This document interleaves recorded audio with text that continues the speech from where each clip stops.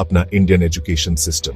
हर parent चाहता है कि उनका बच्चा अच्छे से पढ़ाई करे। एजुकेशन को एक अच्छी लाइफ की चाबी माना जाता है। ऐसा लगता है कि यह सबसे इंपॉर्टेंट रेस है। हर कोई दौड़ रहा है, आगे निकलने की कोशिश कर रहा है। ये सिस्टम काफी टाइम से है। इसने कई चेंजेस देखे हैं, कुछ अच्छे, कुछ उतने अच्छे नहीं। पेरेंट्स अपने बच्चों की एजुकेशन के लिए पैसे बचाते हैं। वो बहुत सी चीजें सैक्रिफाइस करते हैं। उनको लगता है कि एजुकेशन से जॉब्स, रिस्पेक्ट और बेहतर फ्यूचर के दरवाजे खुलेंगे। डॉक्टर बनो, वे कहते हैं, या इंजीनियर। ये सपने यंग कंधों पर बहुत ज्यादा वेट डाल देते हैं। समटाइम्स ये वेट उठाने के लिए बहुत ज्यादा होता है, लेकिन उम्मीद हमेशा रहती है। बुक्स और डिग्रीज के थ्रू एक रोशन कल की उम्मीद। यह हर इंडियन फैमिली में एक पावरफुल फोर्स है। लेकिन क्या हमारे स्कूल्स और कॉलेजेस में सब कुछ परफेक्ट है?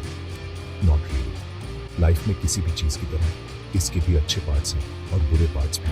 Gap 2S। हमें एक बैलेंस्ड व्यू चाहिए। क्या काम कर रहा है और काया टूटा हुआ है, तो चलो थोड़ा और गौर से देखते हैं। चलो इस सिस्टम को समझने की कोशिश करते हैं। वो सिस्टम जो हर साल लाखों यंग माइंड्स को शेप करता है। हम देखेंगे कि क्या चीज हमें प्राउड फील करती है और हम देखेंगे कि क्या चीज हमें परेशान करती है। चलो अच्छी चीजों से शुरू करते हैं। सबसे बड़ी सक्सेसेस में से एक है लिटरेसी। आज पहले से कहीं ज्यादा इंडियंस पढ़ और लिख सकते हैं। यह हमारे देश के लिए एक बहुत बड़ा कदम है। कुछ टाइम पहले तक बहुत से लोग अपना नाम तक सही नहीं कर पाते थे। अब वो न्यूज़पेपर्स पढ़ सकते हैं और गवर्नमेंट फॉर्म्स समझ सकते हैं। यह असली प्रोग्रेस है। इसमें गवर्नमेंट का बड़ा रोल रहा है। स्ट्रीम्स लाइक सर्वा शिक्षा अभियान का एम था हर बच्चे को स्कूल पहुंचाना। बहुत से स्कूल्स खोले गए, छोटे गांव में भी टीचर्स को हायर किया गया। मिड डे मील्स शुरू किए गए। इससे गरीब फैमिलीज को अपने बच्चों को स्कूल भेजने के लिए इंकरेजमेंट मिला। यह सिर्फ किताबों के बारे में नहीं था, यह बच्चों को एक बेहतर लाइफ का चांस देने के बारे में था। लिटरेसी लोगों को एम्पावर करती है। यह उन्हें एक आवाज देती है। एक लिटरेट इंसान सोसाइटी में ज्यादा अच्छे से पार्टिसिपेट कर सकता है। यह हमारी डेमोक्रेसी को मजबूत बनाता है। इमेजिन करो एक औरत को गांव में। पहले वो लेटर्स पढ़ने के लिए दूसरों पर डिपेंड करती थी। अब वो खुद पढ़ सकती है। वो ज्यादा कॉन्फिडेंट फील करती है। यह है एजुकेशन की पावर। Gap 2S। सिर्फ पढ़ना और लिखना जानने की पावर। हमारे एजुकेशन सिस्टम ने बहुत से दरवाजे खोले हैं। अब ज्यादा स्कूल्स, कॉलेजेस और यूनिवर्सिटीज हैं। इसका मतलब है कि ज्यादा यंग लोगों को एजुकेशन पाने का चांस मिलता है।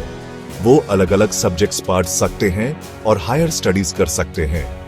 यह एक्सपेंशन एक पॉजिटिव साइन है। रिजर्वेशंस और स्कॉलरशिप्स जैसी पॉलिसीज भी हैं।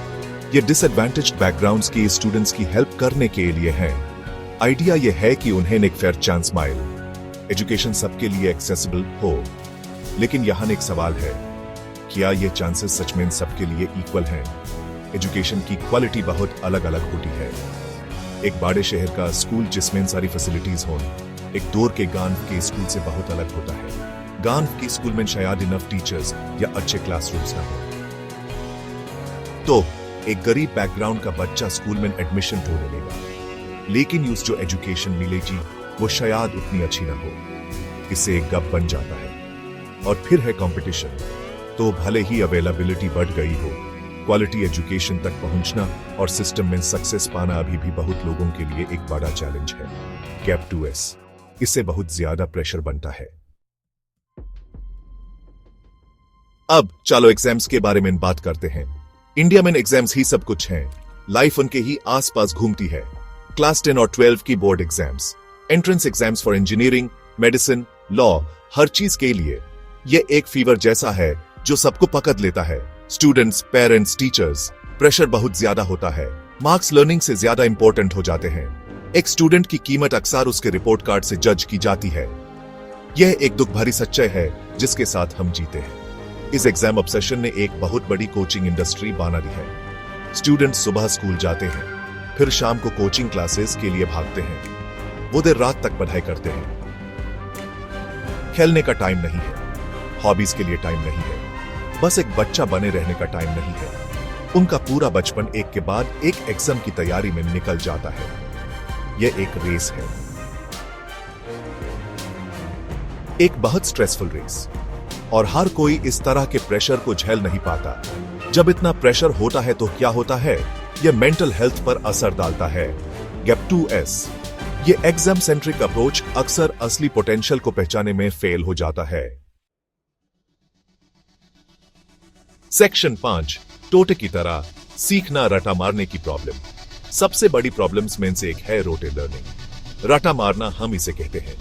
स्टूडेंट्स टेक्स्ट बुक्स या नोट्स से आंसर्स मेमोराइज कर लेते हैं, वो चीजों को बिना समझे दिल से याद कर लेते हैं। गोल ये होता है कि एग्जाम में ये आंसर्स लिखकर अच्छे मार्क्स मिल जाए।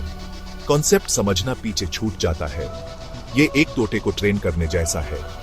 एक तोता बहुत सारे वर्ड्स बोल सकता है, लेकिन क्या वो जानता है कि वो क्या कह रहा है? ऐसा क्यों होता है? ऐसा इसलिए होता है क्योंकि हमारे एग्जाम्स उसी तरह से डिजाइन किए जाते हैं। ज्यादातर क्वेश्चंस मेमोरी टेस्ट करते हैं, अंडरस्टैंडिंग नहीं। वो स्टूडेंट्स से क्रिटिकली सोचने या नए प्रॉब्लम सॉल्व करने के लिए नहीं कहते। टीचर्स भी ऐसे ही पढ़ाते हैं जो स्टूडेंट्स को ऐसे एग्जाम्स के लिए तैयार करे। पूरा सिस्टम रोट लर्निंग को इनकरेज करता है। सेक्शन 6, वर्किंग हार्ड पर स्मार्टली, बड़ा सवाल। इसमें कोई शक नहीं कि इंडियन स्टूडेंट्स बहुत मेहनत करते हैं। वो पढ़ाई में घंटों बिताते हैं। वो किताबों से भारे भारी स्कूल बैग्स उठाते हैं। पेरेंट्स भी अपने बच्चों को मेहनत करने के लिए पुश करते हैं और पढ़ो वो कहते हैं, और एफर्ट डालो। हार्ड वर्क को एक अच्छा गन माना जाता है, और वो है भी। लेकिन एक बहुत इंपॉर्टेंट सवाल है जो हमें पूछना चाहिए, क्या हमारे स्टूडेंट्स स्मार्ट वर्क कर रहे हैं या सिर्फ घिस रहे हैं? अक्सर ऐसा लगता है कि क्वांटिटी क्वालिटी से ज्यादा इंपॉर्टेंट है। स्टूडेंट्स पूरा सिलेबस कवर करने की कोशिश करते हैं। वो टेक्स्ट बुक का हर पेज पढ़ने की कोशिश करते हैं। वो सैकड़ों प्रॉब्लम सॉल्व करते हैं, लेकिन क्या वो कॉन्सेप्ट्स को अच्छे से समझते हैं या बस मटेरियल को जल्दी जल्दी खत्म कर रहे हैं? स्मार्ट वर्क का मतलब है एफिशिएंटली पढ़ाई करना। इसका मतलब है अंडरस्टैंडिंग पर फोकस करना, सिर्फ किताबों के साथ ज्यादा घंटे बिताना नहीं। सेक्शन 7 क्या मिसिंग है, रियल लाइफ के लिए सीखना। हमारी एजुकेशन में एक बहुत बड़ी कमी है प्रैक्टिकल रियल वर्ल्ड लर्निंग की। स्टूडेंट्स जो अपनी टेक्स्ट बुक्स में सीखते हैं वो अक्सर बहुत थियोरेटिकल होता है। वो उनकी डेली लाइफ से डिस्कनेक्टेड होता है। वो साइंटिफिक फॉर्मूलास सीखते हैं, लेकिन शायद वो ये ना समझ पाए कि वो फॉर्मूलास उनके आसपास की दुनिया में कैसे अप्लाई होते हैं। वो हिस्ट्री की डेट्स याद करते हैं, लेकिन शायद वो हिस्ट्री से मिलने वाले लेसन्स न समझ पाए। किताबी ज्ञान और प्रैक्टिकल एप्लीकेशन के बीच एक गैप है। वोकेशनल ट्रेनिंग और स्किल बेस्ड एजुकेशन को अक्सर कम आंका जाता है। हर किसी को डिग्री चाहिए, फोकस एकेडमिक क्वालिफिकेशंस पर है, प्रैक्टिकल स्किल्स हासिल करने पर नहीं जो जॉब पाने में हेल्प कर सके या फिर छोटा बिजनेस शुरू करने में। यह माइंडसेट बदलना चाहिए। ह्यूमन स्किल्स को ज्यादा इंपॉर्टेंस देनी चाहिए। Skills like carpentry, plumbing, electrical work, coding या ग्राफिक डिजाइन ये बहुत वैल्यूबल हैं। प्रैक्टिकल स्किल्स आपको जॉब के लायक बनाती हैं। सेक्शन 8 क्लासरूम की कहानियां, स्टूडेंट्स और उनकी स्ट्रगल्स। चलो प्रिया की बात करते हैं। प्रिया एक छोटे से गांव से है। वो बहुत ब्राइट है और टीचर बनने का सपना देखती है। वो अपने स्कूल में बहुत मेहनत करती है, लेकिन उसका स्कूल सिर्फ स्टूडेंट्स को आंसर्स रटवाने पर फोकस करता है। प्रिया चीजों को समझना चाहती है, वो सवाल पूछना चाहती है, लेकिन उसके टीचर्स यूज डिस्करेज करते हैं। बस वो ही याद कर लो जो किताब में है, वो कहते हैं। एग्जाम पास करने के लिए उतना काफी है। प्रिया फ्रस्ट्रेटेड फील करती है। उसका लर्निंग के लिए प्यार धीरे धीरे कम हो रहा है। फिर है अमन। अमन एक बड़े शहर में रहता है। वो एक रेप्यूटेड स्कूल में जाता है। उसके पेरेंट्स की एक्सपेक्टेशंस बहुत हाई हैं। वो चाहते हैं कि वो आईआईटी में जाए। अमन हर टाइम पढ़ाई करता रहता है। स्कूल, कोचिंग क्लासेस, फिर घर पर और पढ़ाई। उसके पास क्रिकेट के लिए टाइम नहीं है, जो यूज बहुत पसंद है। वो थका हुआ और स्ट्रेस्ड फील करता है। यूज अक्सर सर दर्द होता है। वो एग्जाम्स में अच्छा कर रहा है, लेकिन वो खुश नहीं है। सेक्शन 9 आई से बेहतर बनाना हमारी एजुकेशन के लिए आइडियाज। तो हम क्या कर सकते हैं? क्या बेहतर कल की कोई उम्मीद है? हाँ, मुझे लगता है। चीजें बदल सकती हैं, लेकिन हम सबको साथ मिलकर काम करना होगा। यह कोई इम्पॉसिबल टास्क नहीं है। बहुत से देशों ने अपने एजुकेशन सिस्टम्स को सक्सेसफुली रिफॉर्म किया है। हम उनसे सीख सकते हैं। हम अपने सॉल्यूशंस भी ढूंढ सकते हैं, सॉल्यूशंस जो इंडिया के लिए काम करें। पहला स्टेप है प्रॉब्लम्स को मानना और बदलाव लाने का इरादा होना। ह्यूमेन कुछ स्पेसिफिक रिफॉर्म्स करने की जरूरत है। ह्यूमेन सिलेबस कम करना चाहिए ताकि स्टूडेंट्स समझकर सीखें, सिर्फ टॉपिक्स कवर करने के लिए नहीं। एग्जाम पैटर्न्स बदलने चाहिए। क्वेश्चंस, क्रिटिकल थिंकिंग और प्रॉब्लम सॉल्विंग स्किल्स टेस्ट करने चाहिए, सिर्फ मेमोरी नहीं। ह्यूमेन और ज्यादा प्रैक्टिकल वर्क इंट्रोड्यूस करना चाहिए और प्रोजेक्ट्स और एक्टिविटीज जो लर्निंग को रियल लाइफ से कनेक्ट करें। बच्चों को एक्सप्लोर और एक्सपेरिमेंट करने दो, उन्हें गलतियां करने दो और उनसे सीखने दो।